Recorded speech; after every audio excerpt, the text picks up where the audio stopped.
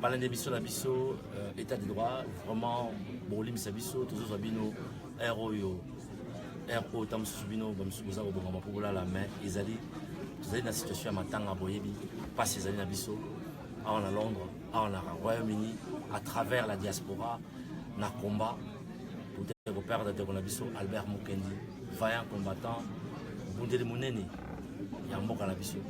Vous allez en la salle il y a 2000. Esika oyo bandeko baza kouta bipai na bipai pona kokabola mawa na libota pona kokabola mawa na biso libota kaka te po biso pe toza libota eza libota biologique te biso pe toza libota na yango naza na pembeni na ngai ba ndeko na biso sergent Mokrekesi Never Die James Bond 007 Never Die aza pembeni na ngai na mopanzi oyo ya loboko mwasi Papa Ngoma mokambi ya communauté bazali na message bapesa bino parce que boza kobenga biso boza komitunaka akufi na nini bomoni ba photo na kati ya Facebook partout en de la bino yango tumituza mo précision na part ya bato oyo bazalaki na proche bato oyo bazali kokamba mangomba ndenge na ndenge Papa Ngoma vraiment bolimbisi moke na zuyo à pied levé mais ba photo ezali ko circuler na internet na Facebook na WhatsApp na biso ya ndeko Albert photo na ils ont honoré publicité bato azo kamwa akufi na nini bato musu balobi batele poison musu balobi babetaki bakutili dusu moko na nini na lingi moi okota na détail parce que détail ba médecin légiste o babenga ba corona ne ba opesa biso mais meka opesa biso moi éclaircissement sur DCN de la mission. Voilà, merci journaliste. Yamotena zongisa tuna na réponse na question na yo na koloba ete ndenge toza kozwa parole mona biso mpona makambo ya mokili ce n'est pas à titre personnel matanga ya mokili ezali matanga non seulement famille biologique oyo tozotravaille na ye en synergie ensemble mais ezali mpe ya famille politique na ye oyo ezali IDPS et puis azali pe mutu ya société civile puisque azalaki na organisation ya droits de l'homme donc c'est là où moi j'interviens dans le sens où on a intervenir dans le cadre de la société civile et puis azalaki pe combattant voilà pourquoi pour mon sergent Mokrekesi na plateau na cadre wana donc Mukendi azali entouré ya ba groupe wana nyonso alors na réponse la question là on a moni eza pénible culture on te comme nous on dirait toujours tout le monde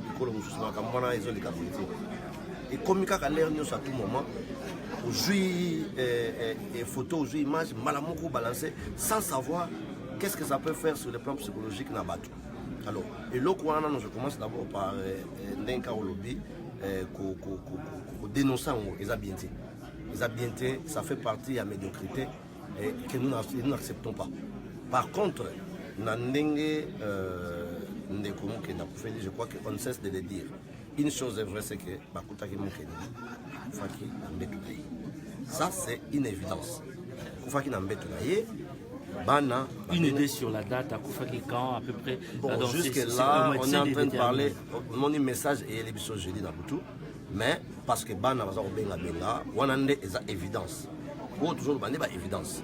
Bana baza ko benga bazo zo papa te babenga ki donc mardi bazo zo papa te babengi mercredi bazo zo papa te nde jeudi bakei ne babenga police a fongoli ndako nde ba komona corps quant à savoir quand est-ce qu'il est décidé nde ba point d'intérêt ko to lobeli que non que les gens ne soient pas pressés ce qui les autres émissions que non et faut qu'il lundi to mardi c'est que ezaka ba juste ba supposition tu vois même mingi zo concordé vers entre peut-être mardi ou mercredi. Parce que le 22, ouais, il a dû poster sur Facebook quelques photos d'anniversaire. Le 22, ça c'était lundi. Ouais. Lui et les enfants. Voilà pourquoi donc, quand quelqu'un poste les photos le lundi, cela suppose que le lundi, il était encore en vie. Il était en vie. Donc c'est sur ce point-là, évidence, pour le moment, il est mort dans sa maison.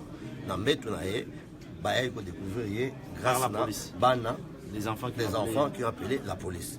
Maintenant, quant à savoir que le corps était décomposé, ça nous pouvons dire non, c'est pas vrai, le corps n'est pas décomposé, la spéculation. Quant à savoir que Akoufi n'a maladie, c'est là où nous disons qu'on attend. Tu n'es pas un médecin. Non seulement je ne suis pas médecin, mais tu regardes qu'on joue suite. Un médecin légiste et puis famille, ceux qui vont ligner, Après, à la fin, il y a une investigation. Par contre, on peut savoir ce message. Tout comme on peut. Ils peuvent garder ça pour eux-mêmes. Nous sommes en ceux qui sont à poison. Jusque-là pour ça l'examen. Nous ne pouvons pas dire ça. Mais pour moi, je dis, au niveau Tozali, tout est permis. Tout est permis, mais nous n'avons pas le droit de dire que nous avons tout le poison. La même question je pose à vous deux par rapport aux photos. Les photos qui circulent, est-ce que ce sont les photos récentes ou les photos Moyakala et les gens veulent lier ma photo à la mort? Pour ne pas monopoliser la parole, je suis Sergent Mokrekese, James Bonnevedai. Par rapport à la photo, la photo est sika, nanenge yo yebeli yo za mobundeli yo za ki penaye. Et la photo est sika to la photo kala. Ndeka ndeko lobby pour le moment totika makambo tout na ba corona ba sala makambo tout. La photo na effectivement le 31 au tour de l'ambassade, to ina na ndeko mukenge. Ma ba pela mike zalaki. Ozo monango makambo esali ke wa ndeko mukenge ndeko lobby to zela autopsie ebima. Là où nous sommes condamnés, nous avons posté pour n'importe quoi. À un moment où nous sommes congolais. Nous sommes Allemagne. Nous sommes Songolo, c'est long hier. Nous sommes au groupe Songolo, Bonabonabo, ils ont malamuté. Nous sommes pas donc, nous avons est-il qui a Koufaki, a Koufi le roi Bichon tout là. Nous sommes pas. Après, nous avons malaise, on a connu, tout va dans le Moko. Nous sommes malaise, on s'est dit que nous avons sauvé à commander des malamous, tout ça, le 31 en marche. Je rappelle d'ailleurs que la dernière fois, Félix Tshisekedi il était bien portant. Le 31, Tomoni Bino devant l'ambassade, il était là. Togolo était bien portant, mais il était là debout à Namantonaye. Tomonaki va appeler Wanate. Donc, dans notre lobby, tout le monde a appelé Wanate, à Kanakota, Maman Marthe, après Mikolo, à son appel Kotoyo, aux hommes de Kwazaki Malam. Aux hommes de Kwalobi, bien que tous là, n'enga ba corona ba kopesa biso, n'enga ba outcome ya autopsie naie en accord avec la famille.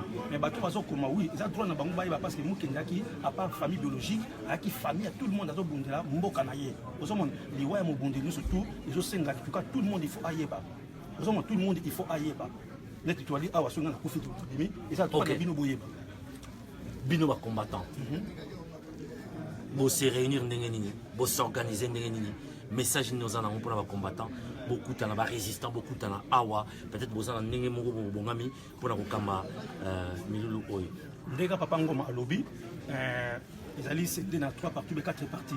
Les politiciens, la société civile et puis les combattants. Maintenant, on va s'organiser en ndenge na bango, mais lobby tous qui tout ensemble, tous qu'on s'organiser, on parle au nom de la communauté. Nous avons une étiquette politique mais au nom de la communauté parce que Mouta Koufi a dans la communauté. Bisomo en Angleterre, tout ça batata, bisomo tout ça maman, bisomo tout ça bana, bisomo tout ça coco. Donc on a beaucoup de jeunes, tout balakate, siko tout bali, tout les jeunes tout balakate, siko tout bali, tout botiba na bana ba komi mikolo, ba mswana bana 32 ans, 25 ans. Cela veut dire que tu as une communauté, tu formes une communauté congolaise. Tu as la mouki la communauté congolaise. Donc combattant beaucoup de temps à Awakan. Kayama na koma. Et tant que ce va combattant, famille va combattant tant que mouki un gang combattant, tu as ba combattant nous surtout. Mercredi oyo na 19h juste. Avant que toute communauté ait à 20h, mercredi oyo va combattant tout, va restant surtout commandant Joly a côté un message. Tu écoutes à mercredi à 19h juste, tu solo là, tu vas cotisation sur les ndengeni, organisation sur les ndengeni. Tu sengi en tout cas va combattant tous à Bomoko, communauté tous à Bomoko. Pour na va combattant au dans banda na France, na Hollande, na partout na banda, on va senga biso pour na ko visa, papa ngoma azali na disposition et puis président Théo IDP na rassemblement, bazana na disposition ya koyamba bango. Pour se communiquer na bande de France, la Belgique, na États-Unis, Canada, au Banin Koya, à Pona, au Bakozo visa. Donc, les combattants, tous à Bomoko, les Congolais, tous à Bomoko. Malgré les de connexion qui est interpellé, Bisso, Toye, la place nous Kende, la place nous Koma. Bit na Bisso, Salinini, Libération en Boka, la Sengi Bolingo, na Kat Bisso. Merci beaucoup. Je dois boucler, tout à l'heure, la message à Mouké, Yo Moto Landangai, la vidéo Oyo, Toboyi, Ozo la conclusion sur sa mort. Toboyi a attribué l'Iwanaye, la groupe Moko Songolo, la Motomoko Pakala pour médecin. Vous voyez tout ça la poto, tout ça en Afrique, ici, Zamba Ezali, que Motobatela qui est poison, bongo, police a lobby à monter, bongo, l'été à Mboko et lobby à monter. Nous autres à Motopé Belaka, et qu'occupé Koko ta maladie. À tout moment, na cause à la lelo vivant, lobby au moni, lobo que salinga passe. Donc, ko attribuer liwa ndeko na biso mukendi na moto songolo pakala te ko se précipiter te oloba bongo tozali na mawa biso banso elongo ozala combattant ozala résistant ozala pasteur ozala surtout ba pasteur tolingi pe to mona bino bo soutenir pour moto akei azali mwana mboka azalaki pe mondimi na balingomba songolo pakala to soutenir mboka na biso ekende liboso message ya mwana tozongaka chaque fois ba message ya ba média belé ba Congo synthèse ba média belé Top Africa magazine ezali tozali awa biso banso tokosunga de façon que message ezala relayer ti na suka ya mboka nzamba za na biso que son âme repose en paix. On est ensemble. Merci. Que Dieu vous bénisse.